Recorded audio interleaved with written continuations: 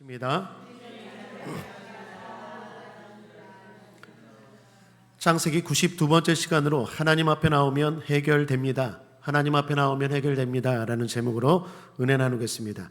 오늘 말씀은 요셉이 형제들에게 자신의 신분을 밝히는 이야기입니다. 세 단락으로 나누어 살펴보죠. 첫째로 요셉이 자신의 정체를 밝히고 형제들이 사랑으로 회복되다입니다. 드디어 요셉이 형제들 앞에서 자신의 정체를 밝힙니다. 형님들 속았죠? 내가 요셉입니다. 1절 다시 한번 함께 읽겠습니다. 시작. 요셉이 시종하는 자들 앞에서 그 정을 억제하지 못하여 소리질러 모든 사람을 자기에게서 물러가라 하고 그 형제에게 자기를 알리니 때에 그와 함께한 자가 없었더라. 자기를 알리니. 그렇습니다. 요셉은 그동안 오래 참았습니다. 형들이 진정으로 변화되고 복받기를 바라면서 오랫동안 참았죠. 그래서 감정도 누르고 신분도 계속 숨겼던 것입니다. 그랬던 요셉이 짠 하고 자기 일을 밝혔어요. 정체를 밝힌 것입니다. 이유는 형들이 드디어 변화되었어요. 회개되었습니다. 복받을 사람이 되었어요. 이전에 요셉을 팔았던 형들의 모습이 아니에요. 달라진 걸 확인했어요. 특별히 그 중에서도 누구? 유다의 희생이 요셉의 마음을 움직였어요. 유다가 지난 시간에 기억나죠? 자신이 희생하겠다고, 자신을 대신 볼모로 잡으라고. 그러한 모습을 보고 요셉은 생각했습니다. 이제 내 신분을 밝혀도 되겠구나. 형들이 진정으로 회개하였으니 회복되겠구나. 그렇게 요셉이 신분을 밝히자 형들은 어땠을까요? 크게 놀랐죠. 3절 하반절 형들이 그 앞에서 놀라서 능히 대답하지 못하는지라. 너무 놀라갖고 말도 못했다는 거예요. 여러분 한번 생각해 보십시오. 얼마나 놀랐겠습니까? 애굽이라는 거대한 나라의 총리가 요셉이에요. 내 동생이에요. 그것도 우리가 버린 동생이에요. 23년 전에 버린 동생이 요셉이에요. 그동안에 오고 가고 대화도 많았죠. 그렇게 대화했던 그 애굽의 총리가 요셉이, 우리가 버렸던 요셉. 그걸 알고 형들이 얼마나 놀랐는지 말이 안 나오는 거야. 할 말도 없겠죠. 두려움과 떨림 가운데 충격을 받은 것입니다. 그런데 요셉이 계속 형들에게 따뜻한 말을 합니다. 괜찮습니다. 아버지를 모셔옵시다. 그러면서 계속 위로의 말을 하고 또 사랑의 말을 던져요. 그랬더니 드디어 형들도 눈물이 터져 나옵니다. 15절 요셉이 또 형들과 입맞추며 안고 우니 형들이 그제야 요셉과 말하니라. 그제야. 얼마나 두렵겠어요. 지은 죄가 있는데. 그런데 요셉이 그냥 사랑으로 괜찮다고 그리고 우니까 형들도 드디어 함께 안고 울고 그리고 해피엔딩이 되었습니다. 사랑하는 여러분, 이처럼 사람은 서로 풀고 살아야 합니다. 그리고 모두 회복되어야 합니다. 무엇보다도 가족 간에, 성도 간에 더욱 그래야 합니다. 성경은 할 수 있거든 모든 사람으로 더불어 평화하라라고 말합니다. 로마서 12장 18절에 할 수 있거든 너희로서는 모든 사람으로 더불어 평화하라. 사랑하는 여러분, 여러분의 관계에 평화가 있기를 주님의 이름으로 축복합니다. 얽히고 설킨 모든 것들이 풀어질지어다. 둘째로 하나님은 이처럼 모두가 서로 사랑하기를 원하십니다. 사람은 혼자 살 수 없죠. 함께 살 수밖에 없는 존재입니다. 그리고 그렇게 살다 보면 갈등이 생길까요, 안 생길까요? 당연히 생깁니다. 아무리 친하고 맞는 사람일지라도 시간이 가면 갈등이 생겨요. 갈등을 피할 수 없습니다. 피가 섞인 형제들도 싸웁니까, 안 싸웁니까? 부모 자녀 간에도 갈등이 있습니까, 없습니까? 있죠. 그 갈등이 때로는 서로에게 상처를 주고 죄가 되기도 하고, 또 어떤 분들은 그 상처를 오랫동안 품고 지내서 한이 되기도 합니다. 그런데 그런 상처와 아픔은 멀리 있는 사람이 주는 게 아니라 가까운 사람이 주는 거예요. 왜 그럴까요? 이유는 간단합니다. 가깝기 때문에 많이 보여요. 여러분, 멀리서는 잘 안 보이죠? 가까이 가면 보이죠? 그 사람의 허물도 그렇습니다. 멀리 있을 때는, 관계가 멀리 있을 때는 잘 보이지 않지만 관계가 친밀하기 때문에, 가까이 있기 때문에 허물이 보이는 거예요. 그 사람이 특별히 허물이 많아서가 아니라 가까이 있어서 보이는 거예요. 그렇다면 멀리 있는 사람들은 어떨까요? 그 사람들은 허물이 없어서 좋아 보이고 또는 나랑 맞아 보일까요? 그렇지 않아요. 어쩌면 그 사람은 더 허물이 많을지 몰라요. 단지 멀리 있기 때문에 안 보이는 거예요. 왜 우리 남의 떡이 어떻다고요? 커 보여요. 남의 떡이 커 보여요. 남의 가정이 행복해 보이고, 남의 교회가 잘 돼 보이고, 남의 사람들이 더 좋아 보여요. 그런데 여러분 기억하십시오. 하나님이 우리에게 주신 형제예요. 하나님이 우리에게 주신 가족이에요. 하나님이 우리에게 주신 교회예요. 나에게 딱 맞는 걸 주신 줄 믿습니다. 단지 가깝기 때문에 보이는 거예요. 저기 있는 사람들은 안 보일 뿐입니다. 그래서 대부분의 미운 사람들은 가까운 사람입니다. 과거에 가까운 사람이 오늘의 원수가 되기도 하죠. 그 사람은 원래 나와 가까운 사람이라는 걸 성도는 생각해야 합니다. 누구보다도 내 편이 되어줄 사람이 바로 그 사람입니다. 나를 생각해주고 나를 사랑해줄 사람이 바로 그 사람입니다. 그래서 갈등이 생길 때마다 풀려고 노력해야 돼요. 회복해야 됩니다. 하나님은 무엇보다 성도가, 가족이 화목하기를 원하시는 줄 믿습니다. 주님은 우리 모두가 주 안에서 화목하게 되기를 원하십니다. 하나 되기를 원하세요. 초등학교 교과서에 보면요, 개미와 배짱이 이야기가 나옵니다. 여러분 잘 알죠? 개미는 무더운 여름에 열심히 일합니다. 땀 흘려 일해요. 그리고 겨울에 준비하죠. 배짱이는 여름 내내 기타 치고 노래 불러요. 그러다가 겨울이 오니까 준비해 놓은 게 없어요. 그래서 개미한테 가서 구걸하죠. 이게 초등학교 교과서에 나오는 개미와 배짱인데, 제가 최근에 이 개미와 배짱이의 기독교 버전을 읽어봤어요. 한번 들어보십시오. 내용이 이래요. 개미는 무더운 여름 동안에 너무 열심히 일을 해서 허리 디스크에 걸렸다. 개미는 허리 디스크를 치료하기 위해 유명한 의사를 찾아다녔다. 허리 디스크에 좋다는 약을 다 먹어보았다. 그렇게 온갖 노력을 했지만 소용이 없었다. 오히려 그동안 모아놓았던 재산만 다 버리고 시리와 절망에 빠졌다. 그때 한 친구가 와서 복음을 전했다. 개미가 예수를 믿고 교회를 나갔다. 기도하는 가운데 하나님 은혜로 허리 디스크도 치료받았다. 그래서 자신을 위해서 일하는 것만이 아니라 남을 위해서 봉사하는 개미가 되었다. 반면에 배짱이는 무더운 여름 동안에 시원한 나무 그늘에서 노래만 부르며 지냈다. 그리고 그해 가을에 음반을 냈는데 이게 대박이 났다. 음반이 1000만 장이 팔리고 미국의 빌보드 차트 1위, 일본의 오리곤 차트 1위, 영국의 UK 차트 1위에 오르는 등 세계적인 스타가 되었다. 그런데 그 화려함 뒤에 공허함이 찾아왔다. 그래서 배짱이는 우울증에 시달리게 되었고 술과 마약에 중독되어 몸과 마음이 황폐해졌다. 그러자 부와 명성도 점점 잃어버리고 결국 자살까지 생각하는 지경에 이르게 되었다.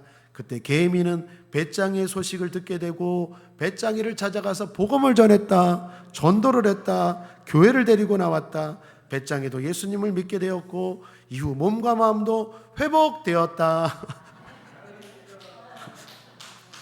사랑하는 여러분, 대단히 성경적이지 않습니까? 이 이야기가 주는 교훈이 뭘까요? 한 두 가지 생각했어요. 첫 번째, 모두에게 예수가 필요하다. 배짱이에게만 필요한 게 아니라 개미에게도 필요해요. 열심히 일해도 아플 수 있어요. 열심히 일하고 병 걸리면 뭐 하겠어요? 누누이 제가 말합니다. 노력으로 열심으로 되는 게 아니라 은혜로 되는 거예요. 은혜가 임해야 돼요. 내 인생에 아무리 곡괭이질 해봐야 안 돼요. 하나님이 포크레인으로 한번 확 긁어줘야 돼요.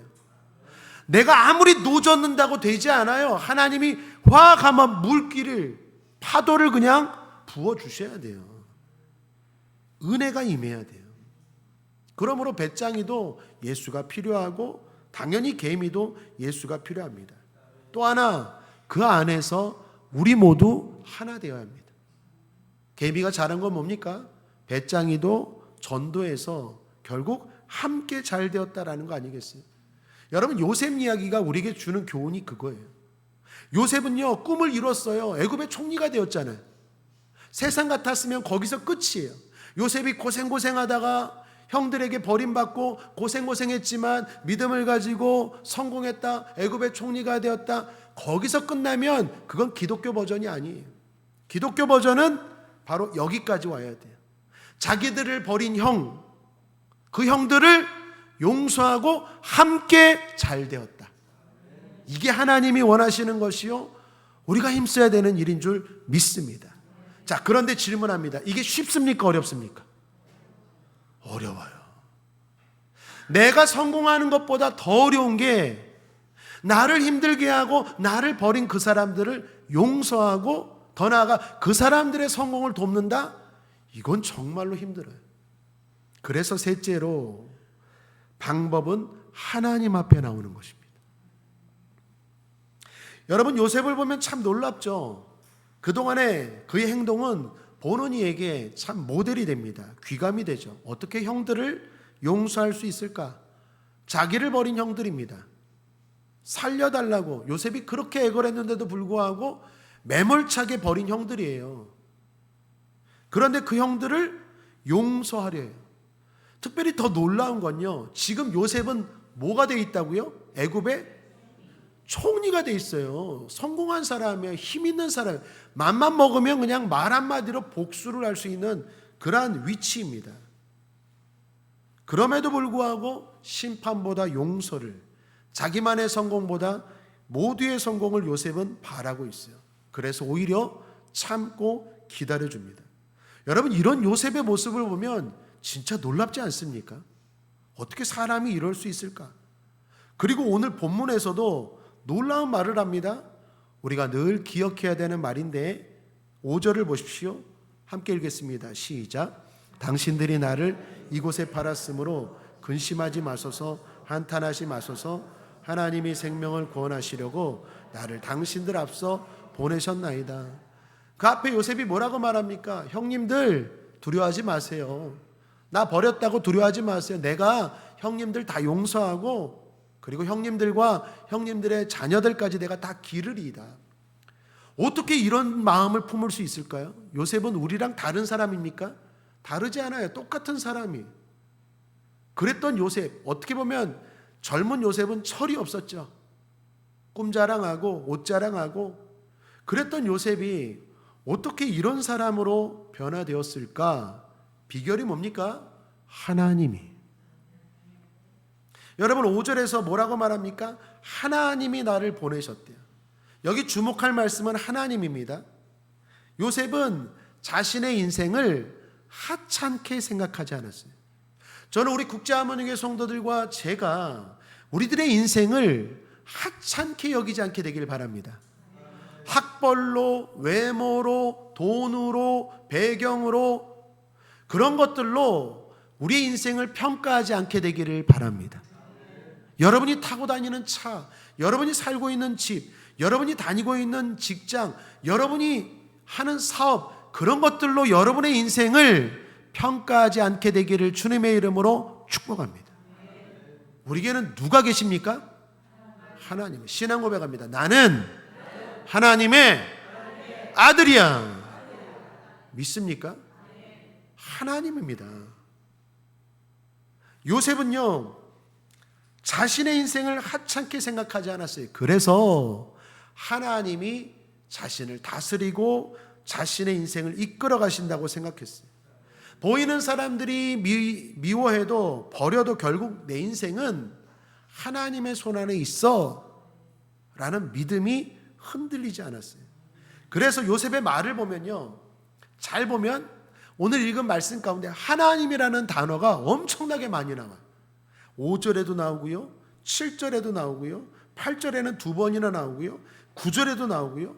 계속해서 이 짧은 구절에 요셉이 계속 하는 말을 보십시오. 하나님이. 분명히 형들이 요셉을 버렸지만 나는 형들 때문에 내 인생이 그렇게 되는 인생이 아니야. 그런 시시한 인생이 아니야. 형들이 비록 버렸어. 잘못했어. 그러나 하나님이 나와 함께 하시기 때문에 반드시 나는 성공하고 여기까지 올 수 있었어. 계속해서 하나님을 이야기해요. 요셉은요, 문제를 생각한 것이 아니라 하나님을 생각했습니다.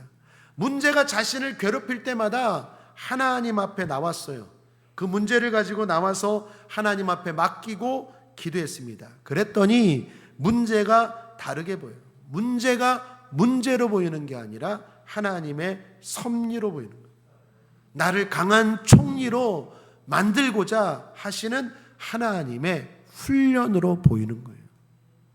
사랑하는 여러분, 우리도 요셉처럼 행동하길 바랍니다. 사람들은 자기의 삶이 결정되는 것에 대해서 몇 가지로 생각하는데 제가 생각해 보니까 첫째는 우연이라고 말하는 사람들이 있어요. 내가 이렇게 된 건 우연이에요. 우연히 그 사람을 만났고 우연히 그 일을 해서 이렇게 되었어요. 그렇게 생각하는 사람들 있죠. 두 번째, 어떤 사람이냐? 아니요, 내 인생은요 운명이에요. 다른 말로 인연이에요. 내가 이렇게 된 건 운명이에요. 타고난 팔자예요. 그 사람을 만난 것도 이만큼 산 것도 타고난 팔자, 운명이에요. 그렇게 생각하고 말하는 사람들이 있죠. 세 번째는 또 뭡니까? 노력이에요. 내가 이만큼 산 건요, 내가 그만큼 땀 흘리고 노력했기 때문에 이만큼 산 거예요. 나의 노력이. 그렇다면 성도는요, 뭐라고 생각해야 됩니까? 자신 인생에 대해서 내가 이만큼 산 건 하나님의 섭리예요. 섭리가 뭡니까? 하나님이 모든 것들을 주관하시고 다스리시고 이끌어 가셔서 마침내 좋게 한다라는 거예요. 섭리에 대한 말씀 두 구절만 소개하면 시편 103편 19절입니다. 여호와께서 그의 보좌를 하늘에 세우시고 그의 나라로 만유를 다스리시도다. 저와 여러분의 인생을 하나님이 다스리고 있는 줄 믿습니다. 보이지 않지만 하나님의 손길이 함께 한다니까요. 앞서 소개한 것처럼 성령이 떠나지 않으세요. 성령이 우리와 함께 하셔서 우리를 결국 인도하시고 안 좋은 것도 잘못된 것도 버려진 것도 합력하여 선이 되게 하시는 줄 믿습니다. 우리 연약함을 성령께서 도우세요. 또 하나 중요한 말씀이죠. 마태복음 10장 29, 30절 함께 읽겠습니다. 참새 두 마리가 한 아사리온에 팔리는 것이 아니냐. 그러나 너희 아버지께서 허락하지 아니하시면 그 하나도 땅에 떨어지지 아니하리라. 그 다음 말씀하시죠. 하물며 너희일까 보냐. 참새 한 마리도 떨어지는 게 우연이 아니다. 하나님의 허락이 없으면 떨어지지 않아요. 그런데 하물며 우리는 우리의 머리카락까지 세심받으신 우리를 그만큼 사랑하시는 하나님이 우리를 그냥 두시겠습니까? 하나님의 손 안에 있어요. 하나님의 섭리 안에 있어요. 그러므로 그런 생각을 가지면 자기를 버린 형들이 원망스러울까요? 원망스럽지 않을까요? 원망스럽지 않아요. 물론 인간이기 때문에 조금 미울 수 있지만 그때마다 요셉은 하나님을 생각했어요. 이것까지도 하나님이 허락하신 거야. 하나님이 허락하지 않으면 형들이 나를 버릴 수 없어. 그리고 하나님이 허락했다면 나에게 좋은 거니까 허락했습니까? 안 좋은 걸 허락했겠습니까? 좋은 걸 허락하세요. 나에게 필요한 걸 허락하시는 거예요. 당장에는 안 좋지만, 당장에는 싫지만 나에게 정말 좋고 필요하기 때문에 하나님이 허락하시는 줄 믿습니다. 그 생각을 하니까 용서가 되고 그리고 요셉처럼 할 수 있다라는 것입니다. 요셉은 사람들이 아무리 미워하고 괴롭혀도 마귀가 아무리 내 인생을 방해해도 결국 하나님의 손 안에서 내 인생은 있다, 나아간다, 그걸 믿었습니다. 그리고 그 믿음대로 된 것입니다. 그렇다면 우리가 궁금한 건 요셉의 생각입니다. 요셉이 어떻게 이런 생각을 할 수 있었습니까? 오늘 설교 제목이 답입니다. 하나님 앞에 나오면 해결됩니다. 생각도 바뀌어요. 마음도 바뀌어요. 안 되는 게 된다니까요. 하나님 앞에 자꾸 나오셔야 돼요. 생각한다고 되는 게 아니라 나와야 생각이 바뀌어요. 나와야 답이 생각나고 나와야 길이 생각나고 하나님 앞에 나와야 합니다. 요셉은 끊임없이 하나님 앞에 나왔어요. 형들도 마찬가지입니다. 특히 유다가 했던 말 생각나십니까? 지난 시간에 나눈 말씀 가운데 창세기 44장 16절입니다. 유다가 가로되 우리가 내 주께 무슨 말을 하오리까? 무슨 설명을 하오리까? 어떻게 우리의 정직을 나타내리까? 하나님이 종들의 죄악을 적발하셨으니 우리와 이 잔이 발견된 자가 다 내 주의 종이 되겠나이다. 여러분 지난 시간 기억나시죠? 요셉의 은잔을 훔치지 않았어요. 돈을 훔치지 않았는데 자꾸 보따리에 뭐가 나와요? 열면 은잔이 나오고 보따리가 나오는, 돈이 나오는 거예요. 귀신이 고칼 노릇이에요. 진짜 억울해요. 그런데 그때 유다와 형들이 무엇을 깨달았습니까? 이거 하나님이 허락하셨구나. 하나님이 23년 전에 지은 우리 죄를 지금 적발하시는구나. 이걸 통해서 깨닫게 하시고 심판하시는구나. 하나님을 생각하니까 어떻게 해요? 수용이 되는 거예요. 회개가 되는 거예요. 하나님이 없다면 회개도 안 되고 용서도 안 되는 것입니다. 여러분 만약에 요셉이나 형들이나 자신의 문제들을 하나님 앞에서 생각하지 않았다면 어떻게 되었을까요? 아마도 요셉은 평생 복수의 칼을 갈고 살았을 거예요. 내가 복수하리라. 두고 보자. 언젠가 내가 형들에게 복수하리라. 내가 당한 것보다 더 크게 갚으리라. 그러면서 이를 갈면서 독하게 살았을 것입니다. 또한 형들도 하나님 앞에 자꾸 나오지 않고 하나님을 생각하지 않았다면 어떻게 살았을까요? 평생 뻔뻔하게 살았을 거예요. 내가 무슨 큰 죄를 졌나? 죄를 죄로 여기지 않았을까요? 요셉을 버린 것도 지가 그렇게 잘못했으니까 우리가 버렸지. 마땅히 버릴 만한 짓을 했으니까 우리가 버린 거지. 그러면서 형들도 마음이 계속 독해졌을 거예요. 뻔뻔해졌을 거예요. 그러나 하나님 앞에 나오니까 생각이 달라지고 마음이 풀어지는 거예요. 성령 우리의 마음을 부드럽게 하십니다. 강팍한 우리 마음을, 완악한 우리 마음을 뒤집어 엎는 분이 성령이 하나님이십니다. 요셉도 하나님을 생각하고 형들도 하나님을 생각했기 때문에 그들이 두 양측 다 지옥 같은 삶이 아니라 천국 같은 삶을 경험하게 되었다라는 것입니다. 하나님 앞에 나오는 것, 하나님 앞에 나와 서는 게 답인 줄 믿습니다. 어떤 문제도 해결되는 것입니다. 여러분 의학계에 보면 인지치료라는 것이 있습니다. 제가 최근에 읽은 글 가운데 인지치료 들어보셨습니까? 정신병 치료에는요 2가지 방법이 사용되는데 하나는 약물 치료이고 다른 하나는 인지치료입니다.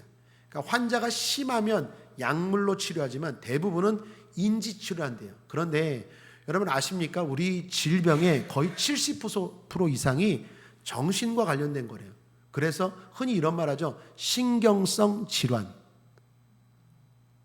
배가 아픈 것도 신경성 질환.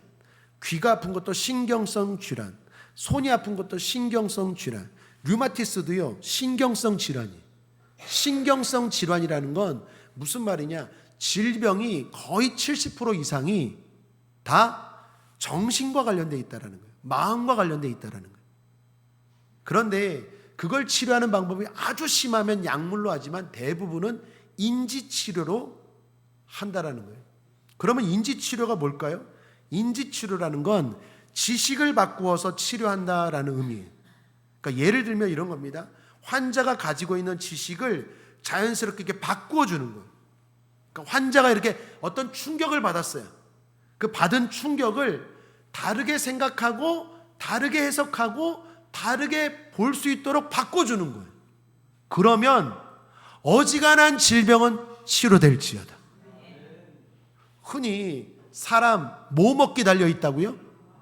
마음 먹기 달렸다 그러잖아요. 이 마음과 정신이라는 게 사람에게 엄청난 에너지입니다. 무한한 잠재력이 있어요. 그래서 질병이 거의 70% 이상은요, 뭐 수술받고 진짜 심한 경우 말고 대부분의 질병은 마음에 먹기에 따라서 치료된다라는 거예요. 뭐 위장병도 그렇고, 뭐 귀도 그렇고, 성대도 그렇고. 그런데 그게 인지치료인데 문제는 뭡니까? 마음이 내 뜻대로 됩니까? 제일 안 되는 게 마음이잖아요. 그러나 하나님 앞에 나오면 된다라는 거예요. 그래서 답은 이겁니다. 하나님 앞에 나오십시오. 자꾸 나오셔야 돼요. 자꾸 나오면 먼저 하나님이 내 마음부터 인지치료하세요. 안 된다는 생각, 못 고친다는 생각, 불가능하다는 생각 바꾸어 주세요. 할 수 있다는 생각으로, 해결된다는 생각으로, 치료된다는 생각으로, 변화된다는 생각으로, 좋아진다는 생각으로 하나님이 인지치료하세요. 그게 섭리 아니겠습니까? 하나님 앞에 나와야 돼요. 그래서 지옥이 아니라 천국의 삶을 사는 것입니다. 어느 집사님 이야기를 들었습니다. 집사님이 일찍 시집을 가셨어요. 그런데 시집살이가 심했어요. 그러니 시어머니와 크고 작은 갈등이 많았습니다. 그래도 이 집사님이 기도하며 참았어요. 신앙이 있었기 때문에 시집살이를 잘 견뎠답니다. 그런데 견디는 정도에서 더 나아가지 못했어요. 견디는 정도가 아니라 더 나아가 용서를 하고 품어야 되는데 거기까지는 못 나간 거예요. 그 시간이 가다 보니까 결국 이 집사님도 마음에 병이 생겼고 그로 인해서 각종 신경질환으로 고생을 하셨어요. 먹는 것도 잘 못 먹고 어떤 거는요 행동할 때도 불편하셨고, 특히 그런 거 있죠. 통증. 그 병원 가다 보면 통증의학이라고 이렇게 있죠. 통증. 그 이상하게 통증이 막 아무것도 안 했는데 통증이 생기는 게 다시 마음의 병 아닙니까? 문제는 신앙이 있었는데 신앙이 불길이었을까요? 불씨였을까요? 불씨. 불길이면 성령 충만하면 이게 되는데 불씨이다 보니까 그 시어머니의 그 시집살이를 못 이기는 거예요. 결국 이 집사님이 신앙생활을 잠깐 멈췄어요. 그러다가 어떤 계기로 다시 이렇게 살면 안 되겠다. 여러분, 하나님은 우리를 내버려 두지 않으십니다. 결국 몇 달 만에 다시 마음을 먹고 내가 성령 충만해야겠다. 이렇게 살면 안 되겠다. 그리고 다시 열정적인 신앙으로 회복되었어요. 예배 열심히 드리고 기도 열심히 하니까 생각이 바뀌는 거예요. 마음이 바뀌는 거예요. 그래서 그렇게 자기를 괴롭혔던 시어머니 앞에 딱 나아가서 나를 잡고 마음을 오픈했어요. 어머니 사랑합니다. 그리고 껴안았어요. 그랬더니 시어머니가 어떻게 됐을까요? 물어녹죠. 가족인데. 그전에는요 그냥 하고 참기만 했는데 성령 충만하니까 참는 정도가 아니라 그냥 품어버렸어요. 안아버렸어요. 덮어버렸어요. 사랑은 허다한 죄를 덮느니라. 그냥 시어머니를 덮어버렸어요. 주님 앞에 나오니까 그런 마음이 생긴 거예요. 그랬더니 어머니도 마음이 열려서 해피엔딩이 되었는데 문제는 그리고 나서 7개월 뒤인가요? 어머니가 돌아가셨어요. 시어머니가. 제가 장례를 집례했는데 이 집사님이 너무 우는 거예요. 특별히 입관을 하는데 이 관을 못 덮을 정도로 이 며느리가 우는데 딸들보다도 더 울어. 그 주변의 성도들이 딸인가 할 정도로. 딸들은 별로 안 우는데 이 며느리가 막 너무 우는 거예요. 집사님이. 입관 예배 끝나고 집사님이 저에게 이런 얘기를 하더라고요. 목사님 진작에 풀걸. 진작에 풀걸. 지옥 같은 삶을 내가 왜 살았는지 몰라요. 반대의 경우도 있습니다. 여러분 이지선 자매 아시죠? TV에도 나오고 많이 알려진 자매죠. 대학생 때 술 취한 음주운전 사고로 인해서 교통사고를 당했어요. 자기가 탄 차가 오빠하고 같이 갔는데 저쪽 차가 음주운전해 갖고 들이받은 거예요. 근데 오빠는 다행히 이렇게 구조되었는데 이 동생이 뒤늦게 구조돼서 전신 화상을 입었잖아요. 그래서 제가 알기로는 13번의 수술을 했대요. 제가 청년 때 아는 같은 형제 하나가 화상을 입은 형제가 있었어요. 그 형제를 통해서 제가 알았거든요. 겨울 되면요 이게 찢어져요. 살이. 화상이 엄청나게 고통, 한 번 수술로 되지 않아요. 이 이지선 자매도 13번을 수술했다고 하잖아요. 얼마나 아프겠습니까? 더욱이 대학생 때예요. 한참 전도 유명한, 그것도 유명한 대학을 다니다가 꿈 많은 여학생이, 여대생이 그렇게 됐으니 인생이 완전히 그냥 화상으로 얼굴도 찌그러지고 얼마나 원망스럽게. 그런데 제가 최근에 알게 된 건요, 그렇게 음주운전으로 사고를 낸 사람이 한 번도 찾아오질 않았대요. 미안하다고 찾아올 법도 합니까 안 합니까? 그리고 그게 도리 아닙니까? 근데 그 음주운전으로 이 자매 인생을 망친 그 사람이요 멀쩡한데 한 번도 찾아오지 않아서 이지선 자매는 이 사람이 누구인지도 모른대요. 근데 제가 더 놀라운 건 뭔지 아세요? 이지선 자매의 간증을 하는데 이렇게 말하더라고요. 그래도 그 운전자가 다행히 자동차 보험을 들어놓아서 화상 치료를 잘 받고 있어요. 우리 아버지 엄마 집 팔지 않아도 되고 부모님께 부담을 드리지 않아서 감사해요. 어떻게 이런 말을 할 수 있습니까? 이게 어떻게 가능할까요? 하나님 앞에 나오니까 돼요. 여러분 작년인가요? 이지선 자매 결국에 미국 가서 학위 받아서 지금 한동대 교수로 갔죠. 오히려 화상 입기 전보다 훨씬 더 인생이 더 많은 사람들에게 도전을 주고 감동을 주고 영향력 있는 하나님의 사람으로 쓰임받고 있어요. 물론 몸은 그렇게 되었지만 사랑 여러분 그렇습니다. 내 힘으로 안 돼요.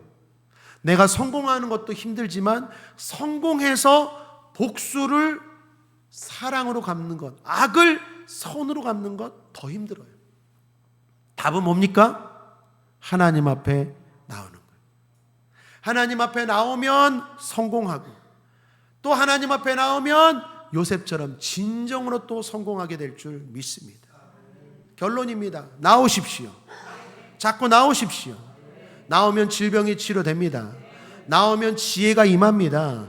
나오면 앞길이 열립니다. 나오면 소원이 이루어집니다. 나오면 저주가 끊어집니다. 나오면 마귀가 떠나갑니다. 나오면 해결됩니다. 나오면 주님이 도와주십니다. 나오면 마음도 바뀝니다. 관계도 해결됩니다. 여러분의 삶 가운데 두 가지의 성공이 있게 되길 바랍니다. 하나는 요셉처럼 자리의 성공이 있게 되길 바랍니다. 애굽의 총리가 된 것처럼 여러분도 부유한 자리, 그리고 존경받는 자리, 힘 있는 자리, 형통의 자리로 올라갈지어다. 건강한 자리, 지혜로운 자리로 올라갈지어다.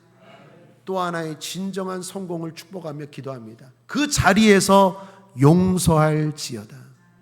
그 자리에서 교만하지 말지어다. 그 자리에서 사랑할지어다. 이러한 두 가지 성공이 있기를 주님의 이름으로 축복합니다. 결론입니다. 요셉이 형제들과 화해하고 회복되는 장면을 보았습니다. 정말로 이해하기 힘들고 해결하기 힘든 불가능한 문제처럼 보이는 사건이었습니다. 그런데 그들은 풀었습니다. 답은 하나님입니다. 하나님 앞에 나오면 해결되는 것입니다. 사랑하는 여러분, 하나님 앞에 나오십시오. 자꾸 나오십시오. 억울하고 답답하고 앞길이 안 보일 때 더욱더 나오십시오. 어떤 문제든지 나오면 바뀌고 해결되고 변화됩니다. 기도하겠습니다. 주님, 오늘도 나왔사오니 응답하여 주시고 해결하여 주시옵소서. 감사드리며 예수님의 이름으로 축복하고 기도했습니다.